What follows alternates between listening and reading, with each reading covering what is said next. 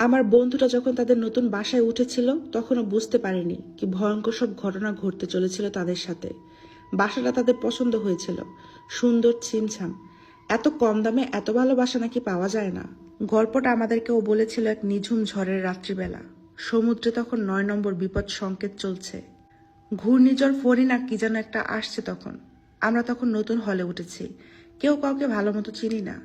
ঝড়ের সময় কারেন্ট চলে গেছে, সবাই এক রুমে মোমবাতি জ্বালিয়ে গল্প করছি। সেই সময় রাসেল বলছিল গল্পটা। রাসেলের নামটা ছদ্মনাম, ওর আসল নাম এখানে ব্যবহার করলাম না। রাসেল মোমবাতির কাপা কাপা আলোয় আমাদের গল্পটা বলে চলেছিল। বাসাটা যে কি সুন্দর ছিল তোরা ভাবতেও পারবি না। 6 তলার উপরে বাসা, বারান্দায় দাঁড়ালে পুরো শহর দেখা যায়। প্রচুর বাতাস, ভাড়াও মোটামুটি কম, 12,000 ইনক্লুডিং পানি আর কারেন্ট বিল। 2টা বেডরুম, 2টা আবার দক্ষিণমুখী।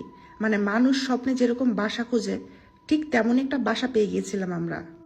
ওই সময়টা আবার আমাদের ফ্যামিলিতে কিছু ক্রাইসিস শুরু হলো। একটা জিনিস দেখবি, আমাদের জীবনে যখন একটা ক্রাইসিস মোমেন্ট আসে তখন তা চলতেই থাকে, একটার পর একটা খারাপ ঘটনা ঘটতেই থাকে। তখন মনে হয় তোর লাইফে কিছুই ঠিক নাই। আমাদের সাথে অমনটাই হয়েছিল। বাবার অফিসে ঝামেলা চলছিল, অফিস পলিটিক্সের মধ্যে পড়ে গিয়েছিল বাবা। তখন তার চাকরি যায় যায় অবস্থা।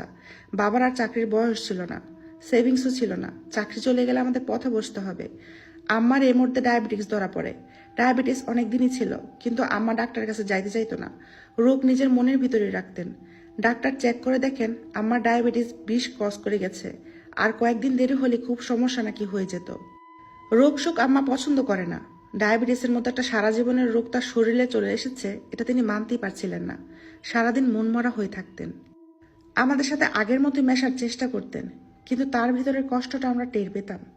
আমি তখন নিউটেনে উঠেছি, সামনের বছর এসএসসি। এখন থেকে ভালো ভালো স্যারের কাছে পড়তে হবে। এর মধ্যে গ্রামের জমি জমা নিয়ে একটা মামলা হয়ে গেল। আব্বার যে চাচাতো ভাই, যাদের সাথে সব